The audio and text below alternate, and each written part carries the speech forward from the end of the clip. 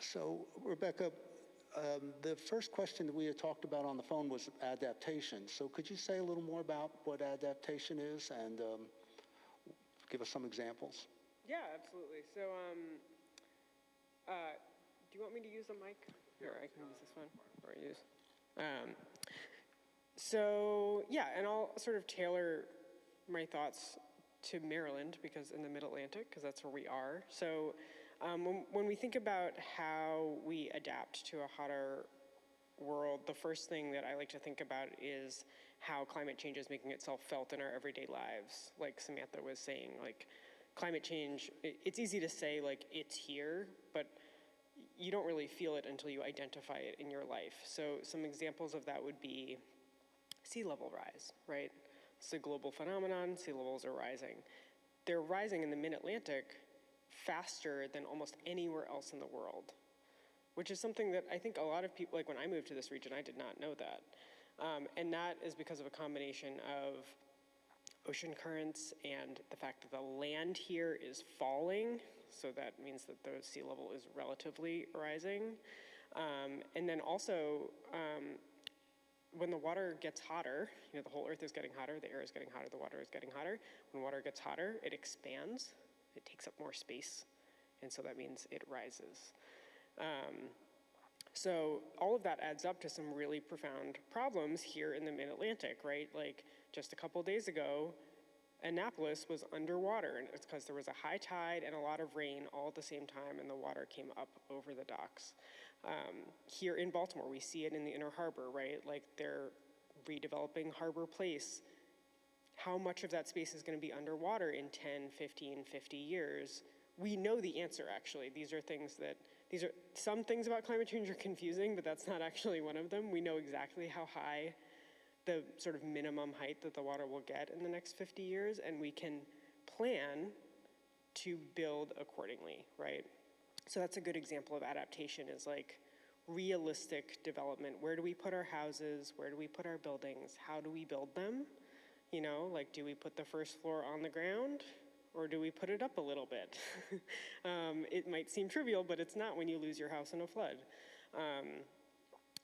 The infrastructure, right, like the pipes here in Baltimore that carry all the stormwater out are too small. They were built a really long time ago. So I've done a bunch of reporting locally about how incredibly expensive it is to replace all those pipes, right? That is adaptation. It's not sexy.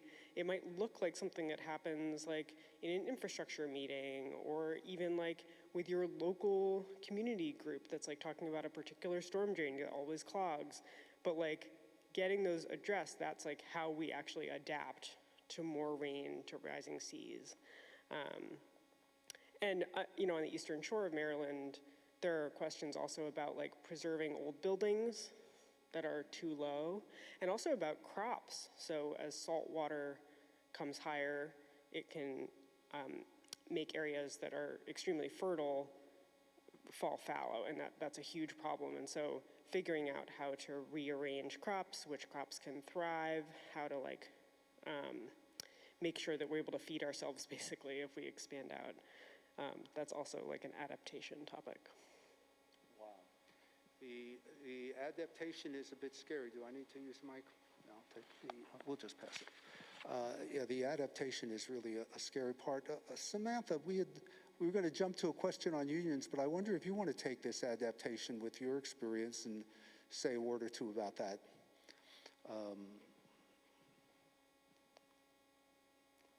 Do you have to unmute Samantha? Is she muted?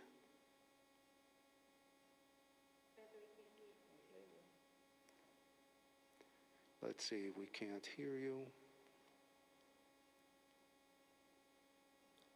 Can you handle that on your end? Samantha, try to unmute if you can. Okay. No? Okay, we're going to, Samantha, so we have a technical problem with Samantha. Yes. Okay, let's go. So the impacts of climate.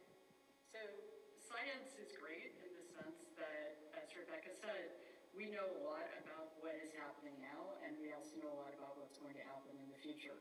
And we definitely now, because there's so much good science, we, like I can't tell you what the temperature will be on July 8th next year in Houston, Texas, but I can tell you that most likely Houston is going to experience a number of extreme heat events where it is so hot that it will kill you to work outside. I'm not exaggerating. We have a lot of people in the U.S. who do work outside. We have construction workers, we have farm workers, you have traffic guards. I mean, you can just, landscapers, you can make a very long list of all of the people who work outside and who right now, this coming year, last year, are getting exposed to temperatures where that can kill them if they don't have the right accommodations at work. So that is also a concern of adaptation. It's about building some infrastructure, and just to say that there will be a lot of jobs in adapting to climate change, but it's also about protecting people. And I can give one other example of adaptation. We know that because of climate change, wildfires are becoming much more frequent. They're becoming much hotter. They're moving much faster. There are a bunch of different reasons behind that. But that is the thing that we know, and we know roughly where those wildfires are going to be.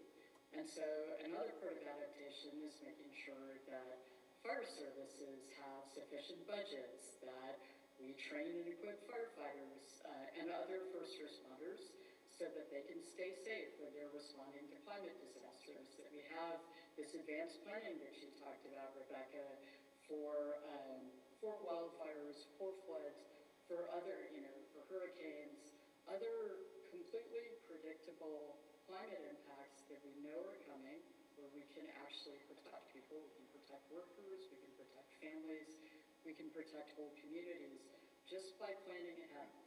So I just want to highlight that aspect of adaptation.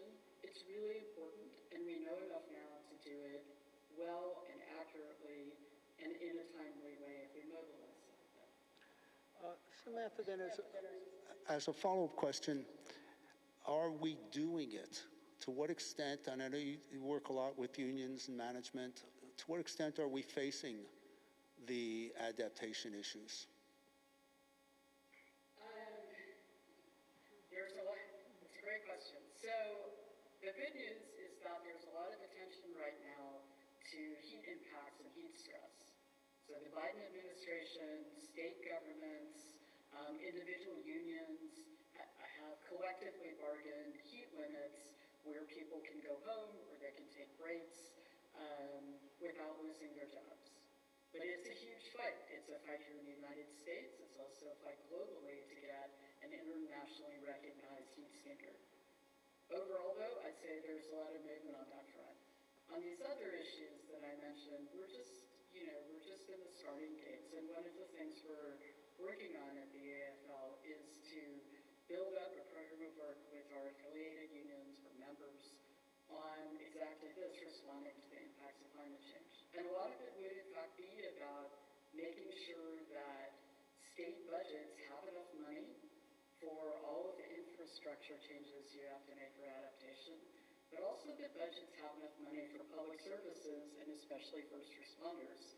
Because again, we are having these sort of catastrophic events where you really do need good plans to evacuate people, and you need plenty of paramedics, you need doctors, you need transportation workers, you need a lot of different things to be there when you need them in order to respond. Wow, so it's pretty scary when we think about this from the perspective of the adaptation when a crisis occurs, and how we handle it is one whole level of difficulty. The second area is, what do we do, and this is the word that we used earlier, was the word mitigation. So do you want to explain what mitigation is, and we can start talking about it, which is going off script a little bit, but let's do that. Let's do it. You only live once.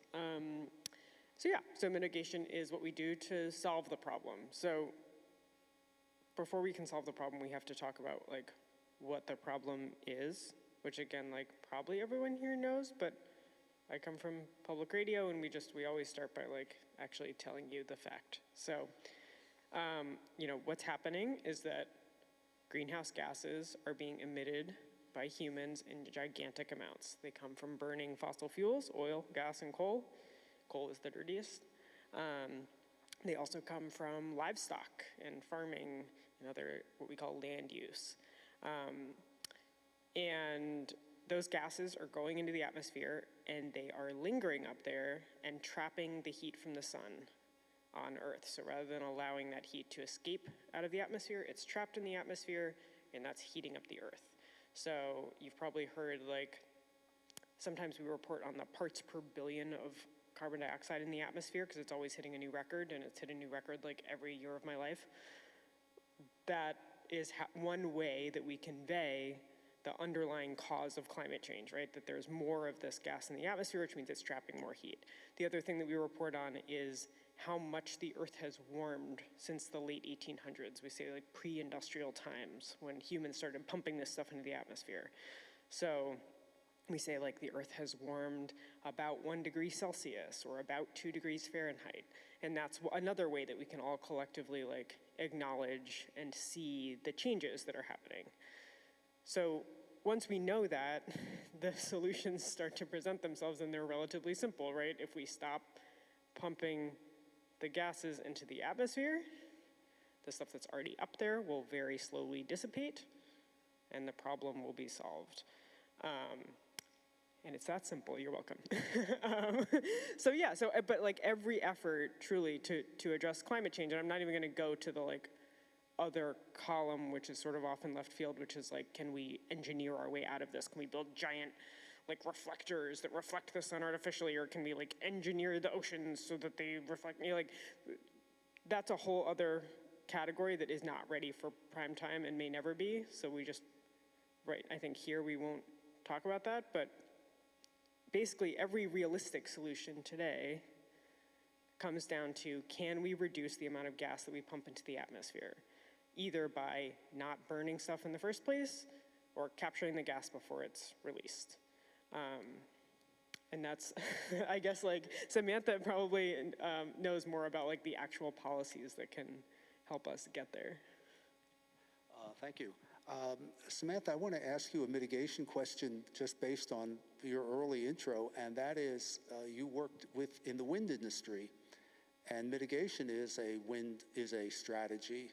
Could you talk about that? Because in Maryland, we're just waiting for this marvelous wind to come online. Yeah, also a good question. So, and in fact, a week or so ago, I was on a call with some of you may know Donna Edwards, who's the president of the Maryland State Federation of Labor, and I gather she is a well-known figure in Maryland state politics. So Maryland, like a bunch of, and maybe I should just take a step back and table set, right? So electricity prices are comparatively high in many places along the East Coast because East Coast states have more consumers of electricity than they have production. So you would say that the East Coast is short on electricity. So that's one very practical problem that the governors have to solve, along with the federal government, is making sure that Maryland and other states can build more generating capacity for electricity. So we have enough power and prices go down, and that continues to happen even as we electrify a bunch of other things to bring down emissions, like electrifying transport and having EVs, or electrifying industry, or electrifying heating as opposed to using gas. So that's the big picture. The East Coast needs more electricity. We want to bring down emissions. A lot of areas along the East Coast are densely populated, so you can't build, like acres and acres of utility scale solar everywhere. You have to do a bunch of different things, and one of them is offshore wind. And so the state of Maryland, I think, has set a very ambitious offshore wind target, which is great. Our members in, construction, manufacturing, maritime trades are all looking forward to those jobs. And I will also just say that 2023 was a super difficult year for offshore wind in general, and also for offshore wind in the state of Maryland. The short version is just that a lot of the projects that make clean energy, whether it's offshore wind or nuclear power, some other technologies, they require like a lot of money up front. They're capital intensive. And because interest rates went up so much, many of these projects suddenly became less economically viable and harder to get built. So that's like the super short version. Then there are a bunch of issues around the supply chain. But if we look at the big picture, I'm hearing some encouraging things about what the Maryland state legislature is going to do to get offshore wind built. And personally am convinced that we are going to see like large-scale offshore wind off the coast of, off the East Coast and eventually off of the West Coast, in not too long. It's going to come a little later, I think, than we had all hoped, but it is coming because there really isn't a good alternative to either one of the problems it's trying to solve. One is building, getting more electricity, and two is doing that in a way that brings down emissions and creates a lot of good jobs. Okay, thank you. I know going to a solar farm was a thrill to actually see a solar farm. Have you been to the wind farms in Europe, or have you gotten to see any of that? Could you say a word or two about what it's like, what a wind farm is like? Well, I'll just speak to a personal experience, which was amazing, right? So when I was at Equinor, I worked on, this was a while ago when this was sort of, first of its kind technology. I worked on the world's first floating offshore wind technology. It's something called high wind, and we might see it get built off the West Coast. There are floating offshore wind farms now in Scotland and off the coast of Japan. But at any rate, I was part of a very large team that worked on the first one. And I still remember the day that they were going to try out this prototype turbine. We were all like out on boats in the harbor. This was in Norway. I lived overseas for a long time, and we saw them, like pull up the spar, the sort of stick that the turbine is on, and then a guy like on a very high crane came and sort of guided the turbine onto the top of the spar, and then it started to turn, and it's still producing power today. You could really see, like, in that moment, okay, this is a technology that works.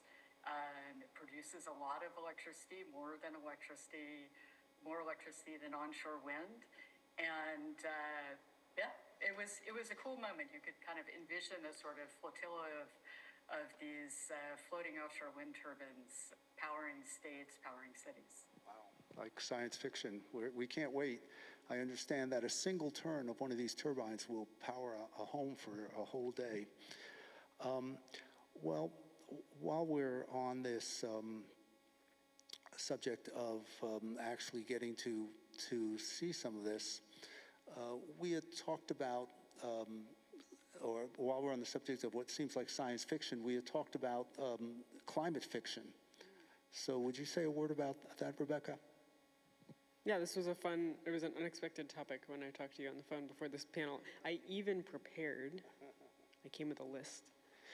So I love reading, because I'm kind of a nerd, and I like fiction, and I also think, like, on a more serious note, that, like, climate change is upsetting, and especially, I think one thing we know is that, like, young people have very, very high levels of climate anxiety, like the knowledge that they have of the world as it is and the world that is to come is very upsetting.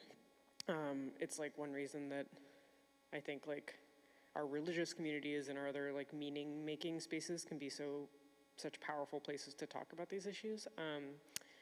But another place that we can go to like find meaning and to like cope with the world that we've built and our part in some of the destruction that we're seeing is to art. And I think that fiction is like a really powerful for me, it's a very powerful place to like linger with some of these thoughts instead of just like descending into despair.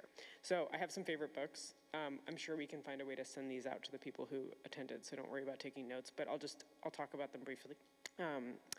So there's this amazing book called Weather, a very appropriate name, by Jenny O'Feel, that is about how the anxiety of motherhood intersects with the anxiety of knowing that the world that you're bringing your children into is dangerous, which is obviously like a feeling that mothers have had for lots of reasons over time, but she sort of grapples with it in a climate context. It's also a weirdly funny book. There's some cool science fiction, so like speculative fiction that like deals with the idea of like habitat loss or of destroying the environment that you need to survive. A cool book called Emergency Skin by N.K. Jemisin, who's like an amazing science fiction writer.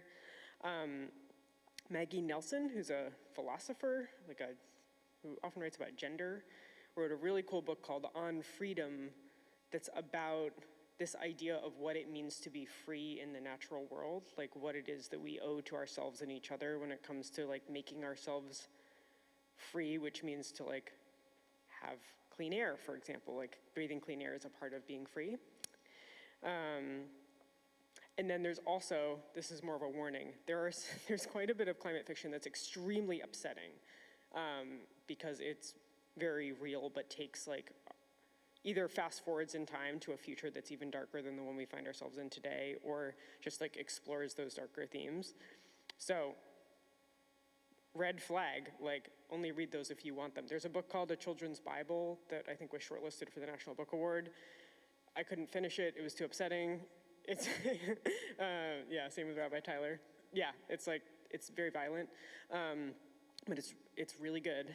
And similarly, there's a book that came out a couple years ago called How High We Go in the Dark that somehow manages to combine a theoretical pandemic with climate change, and it's horrifying. And I did read that whole one, but I cried a lot, which is not a bad thing, but it's its own thing.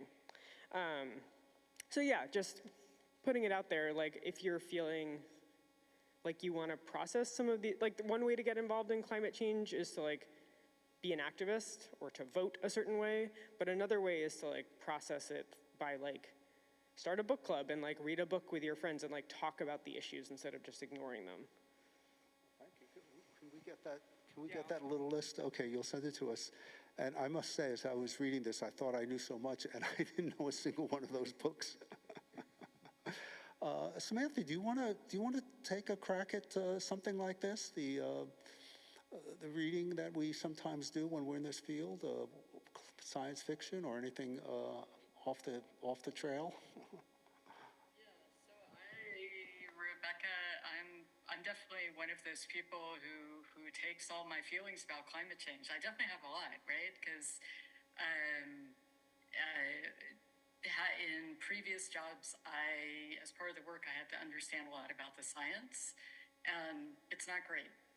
So what I personally have done with those feelings is to channel them into different kinds of activism. In this case, also activism around labor rights, worker rights, human rights.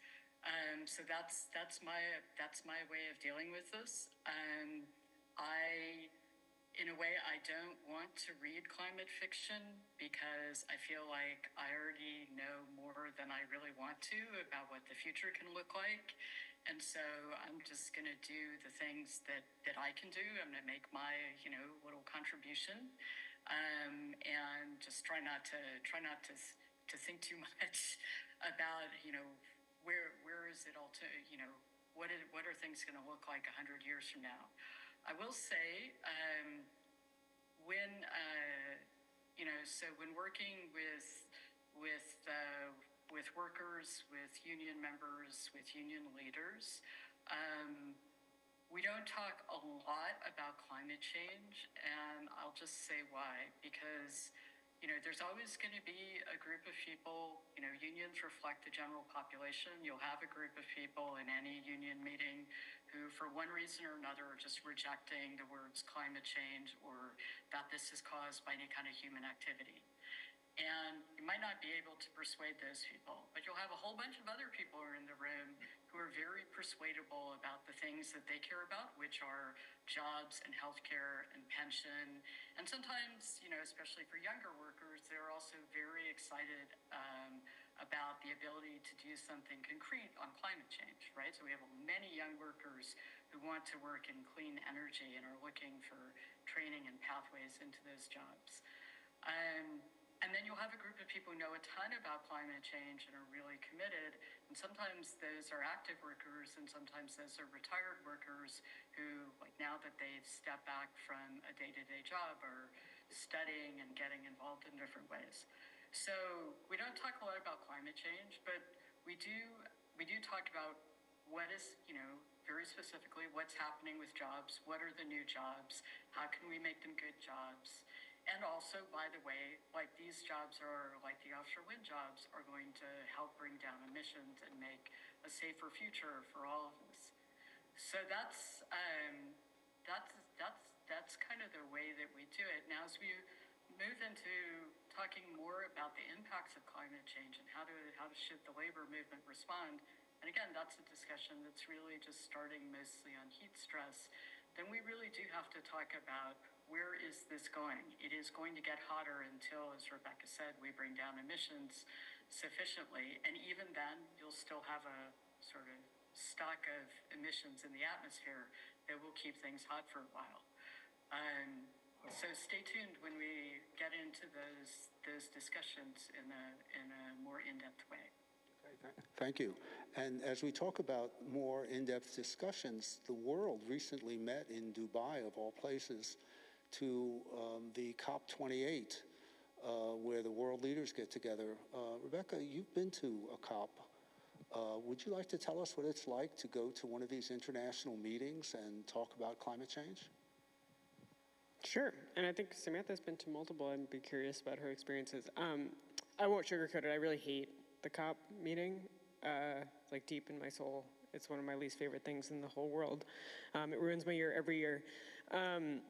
So I went to the one in Poland about 5 years ago. It was like objectively uncomfortable. It was in like a Polish coal city in December. It was next to Auschwitz. It was Christmas time. There were like caricatures of Jews on keychains in the stores. It was not cool. I also got the flu. But more substantively, the problem that I have with these meetings is that first of all, the UN is important. It's an important part of global climate negotiations, are an important part of the solution. I do think that, and I cover them, and you know, you read about them in the press every year. There has to be a mechanism for countries to talk to each other and to like push each other to be better. But I think that the event itself is very depressing because it is huge. It's full of lobbyists from oil companies, and not like the cool oil company that Samantha used to work for, but like the bad ones that are not trying to shift away from fossil fuels. And it, you know, there's a whole corner of it that's like an oil trade meeting.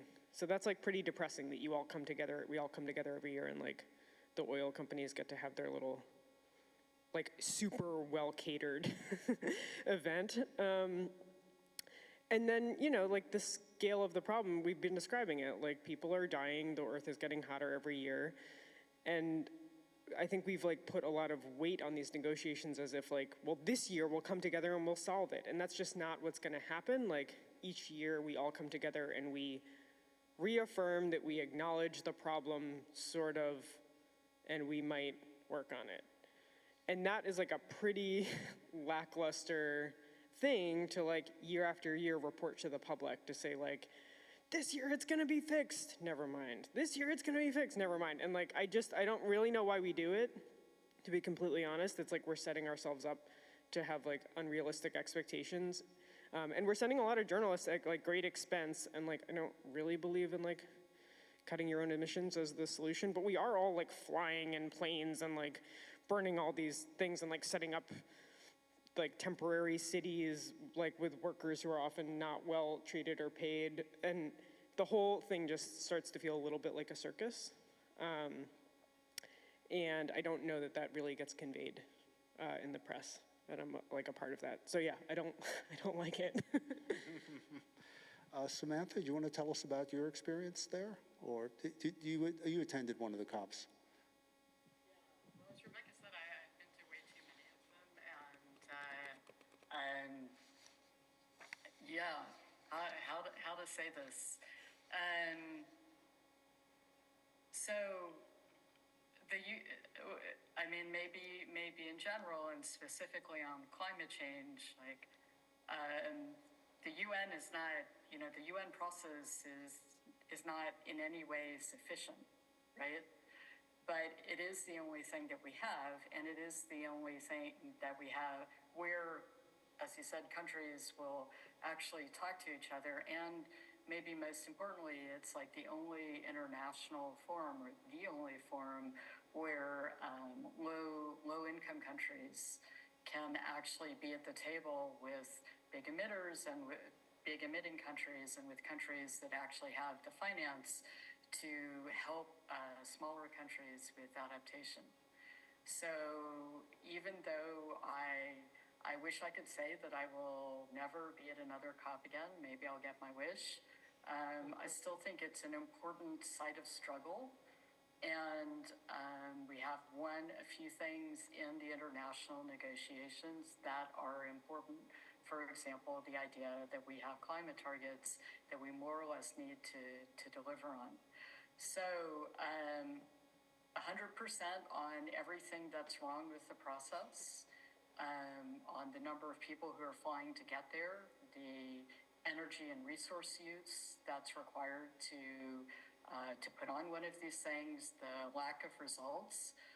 I would also say that, especially in the last few years, in part because of COVID and the lockdowns, but also other political dynamics, the war in Ukraine, the sudden realization that, oh my gosh, we're not going to be importing Russian gas forever for Europe, sparking like a race for natural gas around the world. There are a lot of different things happening at once. That the process has really lost a lot of momentum over the last few years. And the question is, Brazil is going to host it. Like this year it's Azerbaijan. I don't know, Rebecca, if I'll see you in Azerbaijan, but the year after that it's Brazil. And assuming that the Lula government stays in power, that there isn't another coup, like Brazil might be a place where you might suddenly see something meaningful happen. So that's what I think. I think it's not great. I think all the things you said, Rebecca, are true. I also think that if we didn't have it, I don't know what would fill some of those particular gaps I mentioned. Okay, thank you. Our audience, anyone have any questions, or start thinking of some questions if you have some? Well, we have a question, yes. This young man, Stuart Steinman, I'll bring the microphone over to you. I'll hold the mic. Okay. I know enough to hold the mics. Okay. Thank you, both of you, for participating. I have 3 possible questions. I'll throw them out. You pick one for both of you. So, Oh, she can't. Oh. Okay. It's not connecting to David's computer. Can you here, if you hold this with your hand close to your mouth, let's see if that helps. Okay, can you hear me now? No. Okay. Sorry. Here. It's going to be our question asking chair. There, you can sit on the chair. All right, so 3 possible questions, your choice. I only get one, okay. For both of you, what are you optimistic about and what are you pessimistic about in terms of climate change? Second question is, so we're talking about the need for reducing carbon dioxide, for reducing fossil fuel emissions We need to work on mitigation, adaptation, helping, providing aid to those third world countries who, through no fault of their own, they're hardest hit, but their emissions are a tiny part of the total for the world. And the third possible question, again, your choice. So part of reducing emissions is going to be to convert to new technologies and reducing or eliminating use of fossil fuels. We're obviously doing that with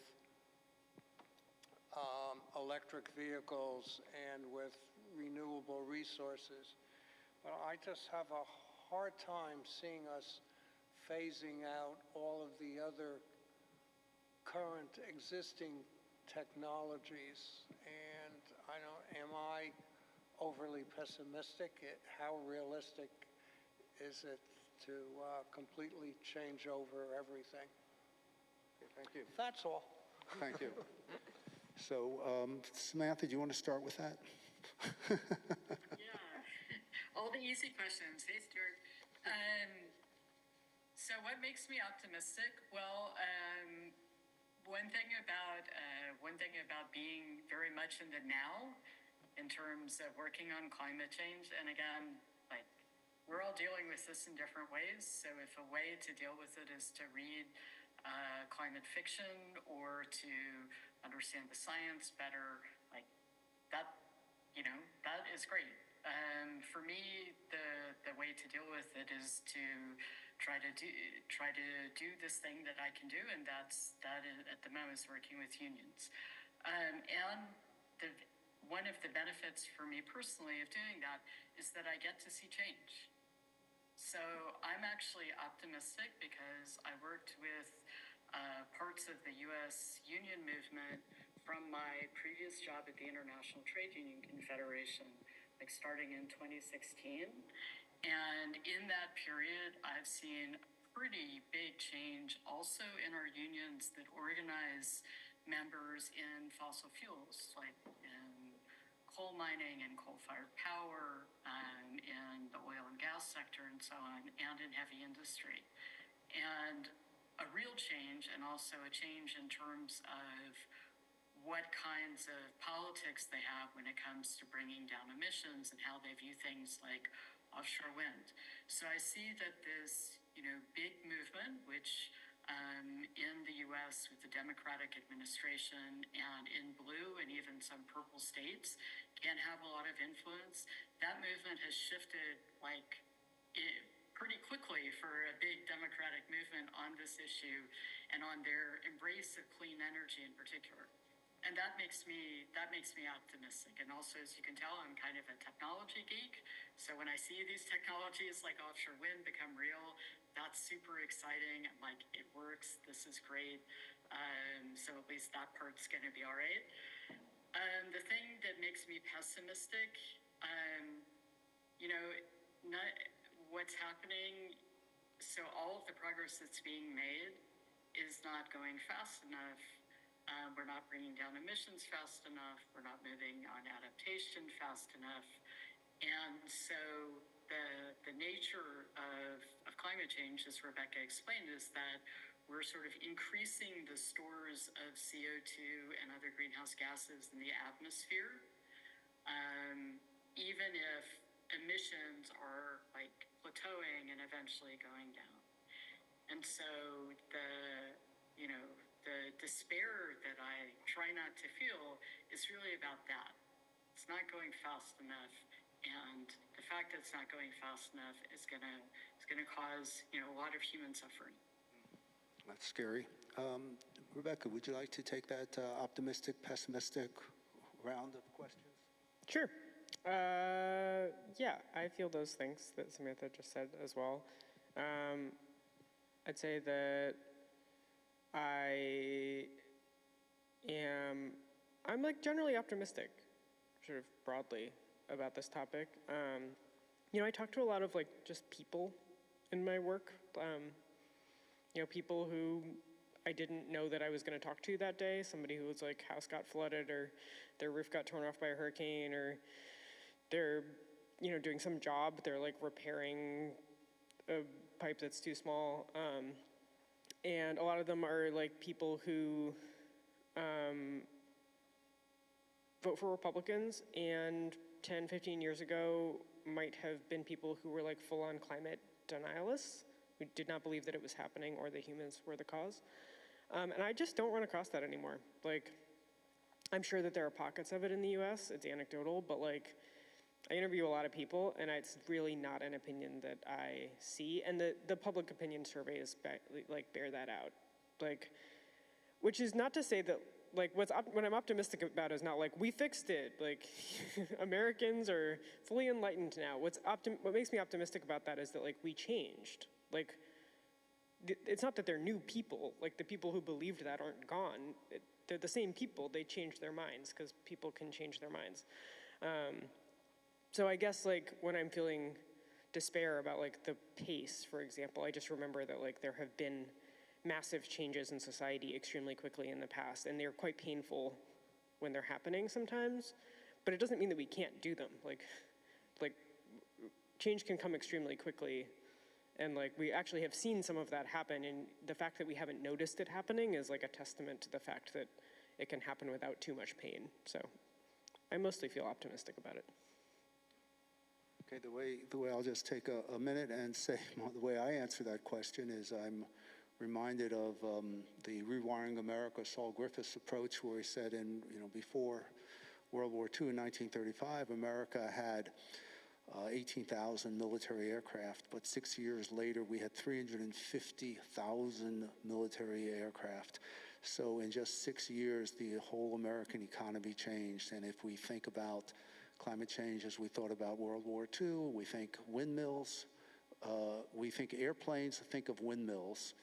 We think of Liberty ships, think of solar farms, we think of the communications, think of smart grids, and when we think of bullets, think of batteries, and how the entire American economy focused on that, and we were able to, just a few short years, reorganize the whole American economy, and that would be one hope.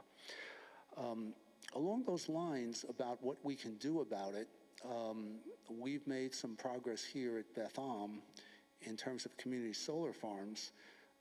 Rebecca, would you like to say something about community solar farms? We had talked about that earlier. Sure, yeah, they're great. So not every house can take solar panels, especially in a city. Not everyone owns the place that they live also. And there are capital costs to putting solar panels onto your house. So even if you know that you want to get your energy from the sun, it may not be that you're going to do that by putting solar panels onto the place that you live. And so a more accessible and smart option for a lot of communities is community solar. So people buy in, help install it, and then you have clean energy. And it's really great. And if you want to know more, you can ask David about it. But this is more Samantha's wheelhouse. Maybe she knows more. Samantha, you want to say a word or two about community solar farms with a Beth effort? Yeah, these are a great initiative for people who, as you said, Rebecca, can't install panels on their homes, but also want to support more solar power. And the only sort of little thing I'd add on there is that right now the U.S. imports most of its solar panels. And some of those solar panels are almost certainly made with forced labor from the Uyghur region in China. We're going to be pushing for more solar panels to be made in the U.S. and to have a fully U.S. supply chain for solar, so that there are U.S. jobs, but also so that we have security of supply, because solar is really important technology. There's going to be a ton of it, and then it's good to have a lot of it made here. Thank you. Does anyone from our Zoom audience have a question they would like to ask? In which case, you would raise your hand. Yes. Okay, Cy Smith. My first question is it true that your biggest hero is us. I think the answer can only be yes. My more serious question, really more for Sam, but also for Rebecca, is, we've talked about the solar farm, so, and I think there's a lot of talk about what can individuals do, either to mitigate or adapt to climate change, but what about institutions like ours? So, we're a building, we've got, 450 households affiliated with us. We have, we take positions on issues of social justice. We have some presence, in the State House. We want it, but like, what sort of things can we do either concretely or from an advocacy standpoint to move the needle here? Yeah, well, I'm glad you asked because the list is long. No, some of these things you may already be doing, but I'll just, off the top of my head, say what they are. So the first, since you own a big building, the first thing would be making sure that that building is, retrofitted up to the highest standard. I don't know, I don't remember the age of the building, but there really is a lot that you can do to save energy with building retrofits. And because of the Inflation Reduction Act and the Investment in Infrastructure and Jobs Act that were passed last year, and also the state of Maryland has a lot of incentives, subsidies for retrofitting buildings. I'm just guessing that if, Bethlehem hasn't been retrofitted to like a high standard of energy efficiency, that you could potentially get grants to do that. So that's one specific thing, and that's also something you can do at the household level. Again, I'm kind of guessing here about what's available in Maryland, but there are things called energy audits, usually done by the state or the county. They come out to your house. They can tell you, okay, you're like leaking heat, or more likely in our climate, you're leaking, cool air and bringing in warm air because of your window fittings, or the way your attic is insulated. And so you can get both advice and often, again, subsidies to reduce your household energy consumption. And buildings are about a third of emissions in the U.S., right? So those things are very impactful. Other things I know you do, Sai, you've done it for a while, so you take public transport. You also just got an EV. You were like an early mover on buying a hybrid vehicle. You take the train instead of flying where you can. All of those things, super useful and helpful, and they create demand as well for more public transit and for electric vehicles. On the advocacy side, Maryland has ambitious climate goals. I think that where we are now is we're into the implementation part of climate goals, right? So it's hard. There's political opposition. There are, practical difficulties, for example, with offshore wind. I mentioned one of them, which is interest rates. But if you're interested in being more active as a collective, I know some people who are active on this issue, like from the climate movement, also in Maryland, and also the labor movement, like the Maryland State Federation of Labor is all lit up on climate change. We spent a lot of time talking with them about it. So I'm sure you have better contacts than I do, but if I have any contacts that would be helpful, or if you want like a list of key bills, those are things I'd be happy to provide. Great, thank you very much. We're about running out of time. Rebecca, do you have some final words for us? And Sam, I'll ask you the same question. I don't know if I have anything deep. I will mention on that last point, my sister-in-law happens to run Interfaith Power and Light of the DMV, which helps congregations do that exact thing. So I'm sure she would have lots of thoughts. Profound thoughts? No, I mean, I think like we should talk about climate change at synagogue. I think this is like a space that we should talk about this. This is like an existential threat that we are doing to ourselves, and this is one of the places we should talk about it. Yeah, actually, you used the term "the world to come," which made me think about that. Samantha, how about some final words from you? I mean, if I could, one thing I hope I can get across is that thinking about climate change can be like staring into the abyss, right? And it's good to do that. You need to know the abyss is there. But I want to be with Rebecca on this and say that all of us see change, right? We're seeing positive change on these issues, change in the way that people think about it, change in the kinds of things that are available to us to do about climate change, not just voting, although voting is really important. I don't want to endanger anyone's C3 status. Voting, very, very important. You know what I'm saying? And so I think we can have optimism about that change is possible. We're seeing change, and also change can be in the hands of us, of individuals, and not only something that's happening in international climate negotiations far away. So speaking of, thank you, speaking of what we can do as individuals, you probably have been looking at me and seeing this poster behind me, which I'm going to stand up and go to.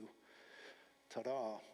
So this says Beth Catch a Ray, and the first families that have signed up for solar panels for the solar farm, their names are listed, and we have a few other spaces here. So here's the pitch. If you have not signed up yet, anyone here who's not signed up yet, come to the Beth Solar Farm. You go to to our website, to the Beth website. You click the word ACT. The menu comes down to Community Solar Farm, and that takes you to our partner, Neighborhood Sun. And Neighborhood Sun has been approved by the state of Maryland and by the Public Service Commission. They're our partner on this, and they're the leaders of making solar farms available. And the solar farms itself are very exciting to see. If you have a chance to go visit one, it's really quite a thrill to see hundreds and hundreds and hundreds of solar panels just sitting there soaking up the sun. And the net result is that for each person who signs up, your household will avoid burning 8,500 pounds of coal. Just picture this mountain of coal that will not be burned. You get a little discount on your BGE bill, and Beth gets $100. So this has been a fundraiser for us, but more importantly, we are saving coal and saving the earth in our regards. So let me thank Rebecca and Samantha very much, and our audience. And we have refreshments for those who have made the trek here. We have refreshments in the back, and we can take some questions and have some discussion with Rebecca. And Samantha, we hope that you've healed quickly from COVID, and you'll be back to doing your important activities with the unions. We appreciate that very much, coming from a union family. Thank you.